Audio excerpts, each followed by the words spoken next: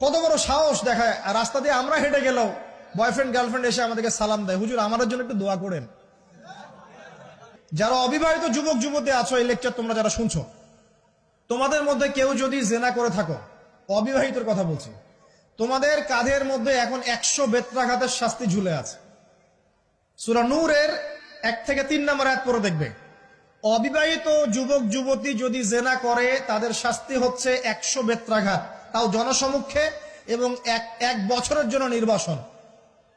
এই বিধানগুলো যদি পৃথিবীর কোনো দেশেও না থাকে, আসমানে আছে। মরার সাথে সাথেই এই বিধান কার্যকর হবে ইনশাআল্লাহ। বাঁচার বুদ্ধি কি? একটাই উপায় আছে।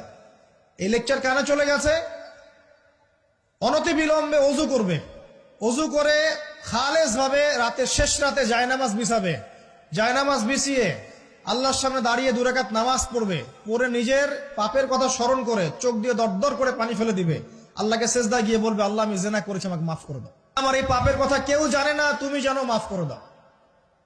এই মাফ নেওয়ার পরে আবার ওই যার সাথে করেছেন ওর সাথে আবার লিঙ্ক আপ করার চেষ্টা করেন না। আসো আমরা জেনা করেছিলাম, আসো বিয়ে করে নেই, এটা সলিউশন না। জেনা করেছেন, আগে তওবা করে ফিরে আসতে হবে, তারপরে পুরো জীবন ইসলামিক লাইফ লিড করতে হবে। আল্লাহ যদি দেখেন যে হ্যাঁ আপনি ঠিকঠাক তওবা করে আল্লাহর পথে চলছেন, আল্লাহ তখন আপনাকে নেককার স্ত্রী দিবে ইনশাআল্লাহ।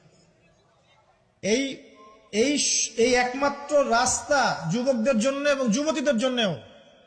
যুবকরা না হলে পার পেয়ে যেতে পারে, কারণ একটা কথা সমাজে প্রচলিত আছে না, যে ছেলে মানুষের ইজ্জত তো সহজে যায় না, গোপন হয়ে গেছে, কেউ জানে না, আল্লাহ মাফ করে দিয়েছেন, সে হয়তো পার পেয়ে গেল। কিন্তু এই যে মেয়ে, তুমি যে 8-10টা ছেলের সাথে জেনা করেছো, তোমার ইজ্জতের কি হবে? তোমার যে সতীত্ব তুমি নষ্ট করেছো, তুমি তো বিয়ের পর কোনো ঘরে গেলে সে হাজবেন্ডও বুঝতে পারবে তুমি আর সতী সাধী নও, তখন তোমার কি হবে? আল্লাহর কাছে ক্ষমা চান, ইস্তেগফার করেন। জেনার ফলশ্রুতিতে সমাজে মহামারী নেমে আসে। জেনা, পরকীয়া, অশ্লীলতার কারণে সমাজে এমন সব রোগ ব্যাধির উদ্ভব হয় যেগুলো কখনো ছিল না। এই শহরটা জেনার শহর, আমাদের এই ঢাকা শহর জেনার শহর। আপনাকে এটা বোঝার জন্য আমার লেকচার না শুনে আপনি পেপার পত্রিকা ঘাটেন, অনলাইন সার্চ করেন, দেখবেন এই শহরে আনাচে কানাচে জেনা হয় এবং ওপেন জেনা হয়, মানুষ জেনাকে হালাল মনে করে। এই শহরের যুবক যুবতী যারা একে অপরের সাথে বয়ফ্রেন্ড গার্লফ্রেন্ড কালচারে লিপ্ত আছে, এটাকে তারা হালাল মনে করে, কেউ হারামও মনে করে না। কত বড় সাহস দেখায়। রাস্তা দিয়ে আমরা হেঁটে গেলেও বয়ফ্রেন্ড গার্লফ্রেন্ড এসে আমাদেরকে সালাম দেয়, হুজুর আমাদের জন্য একটু দোয়া করেন। তো প্রত্যেকটা পার্কে পার্কে যাবেন, এই যে আপনাদের রেস্টুরেন্ট গুলোতে যাবেন, দর্শনীয় যে স্পট গুলো সেখানে যাবেন, দেধার সে জেনা হচ্ছে, জেনা আর জেনা।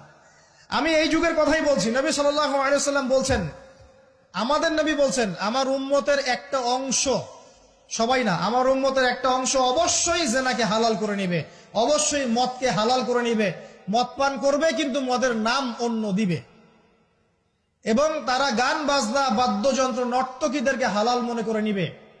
নবী সাল্লাল্লাহু আলাইহি ওয়াসাল্লাম বলেছেন, যখন সমাজে এরকম পাপ বাড়ে তখন সমাজে এমন সব রোগ ব্যাধি আসে যা আগে কখনো ছিল না।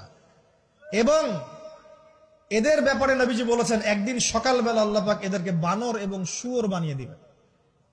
কিয়ামতের আগে এই ঘটনাও ঘটবে, বিকৃত হবে, ভূমিধস, ভূমিকম্প, ভূমিধস এবং আকৃতির বিকৃতি, এগুলো আযাব আসবে আল্লাহর পক্ষ থেকে, এই জেনা, এই ব্যভিচার, এই পরকীয়া, নোংরামি, অশ্লীলতার কারণে। ঘরে ঘরে এগুলা বয়ফ্রেন্ড গার্লফ্রেন্ড কালচার, কেউ মনে করে না যে এগুলা হারাম, কেউ মনে করে না যে আমার এই যে সহপাঠী আমার গায়রে মাহরাম, এই গায়রে মাহরাম শব্দটাই নাই।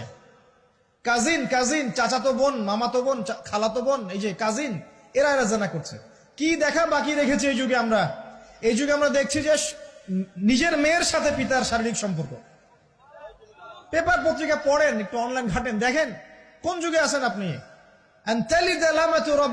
সমাজে ন্যায় অন্যায় হক বাতিলের মানদণ্ডই উল্টে যাবে।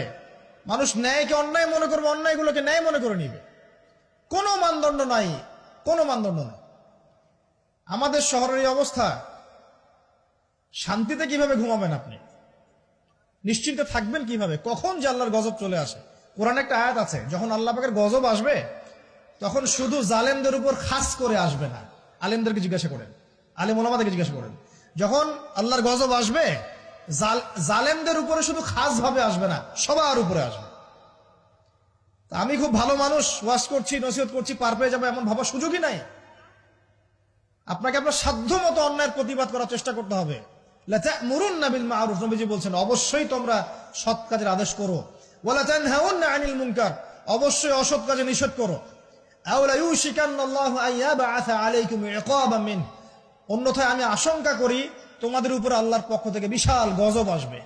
সুম্মা তাদউনাহু, এরপর তোমরা সবাই আল্লাহর কাছে দোয়া করবে, আল্লাহ গজব সরিয়ে দাও, সরিয়ে দাও। লা ইউস্তাজাবু দুআকুম, তোমাদের দোয়া কবুল করা হবে না। নবী সাল্লাল্লাহু আলাইহি ওয়াসাল্লাম বলেন মান রাআ মিনকুম মুনকারান, তোমাদের মধ্যে যে কেউ হুএভার হি ইজ, যে কেউ যদি কোনো মুনকার, নোংরা গর্হিত কোনো কাজ দেখে, তাহলে যেন ফাল ইউগাইয়ির বিয়াদিহি, তার সামর্থ্য থাকলে হাত দিয়ে যেন ঠেকায়। সামর্থ্য থাকলে হাত দিয়ে যেন ঠেকায়। যাদেরকে আল্লাহ পাক হাত দিয়ে ঠেকানোর ক্ষমতা দিয়েছেন তাদেরকে আল্লাহ পাক জিজ্ঞাসাবাদ করবেন, কেন ঠেকালে না তুমি? জেনার লাইসেন্স দিলে কেন? মদের লাইসেন্স দিচ্ছ কেন? ঠেকালে না কেন তুমি? অন্যায় কাজকে ঠেকালে না কেন? যদি তুমি না পারো, আইল্লাম ইয়াস্তাতি, যদি সে না পারে, তাহলে ফাল ইউগাইয়ির বিলিসানি, তাহলে যেন মুখ দিয়ে সেটা প্রতিবাদ করে।